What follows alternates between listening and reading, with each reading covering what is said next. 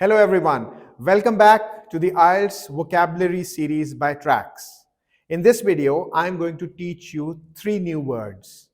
Again, reiterating my previous messages, please watch the videos I have uploaded on YouTube, subscribe to our YouTube channel so that you stay updated for the latest vocabulary. In today's video, the first word is Billy. B-I-L-L-Y. It means cooking pot. You can construct a sentence.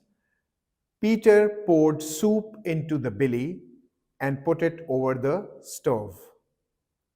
The second word for today is altimeter. A-L-T-I-M-E-T-E-R.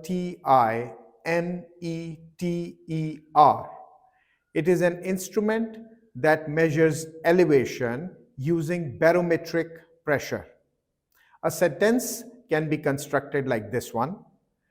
Aircraft's altimeter showed that it was 10,000 meters above sea level. The last word for today is haversack. H-A-V-E-R-S-A-C-K.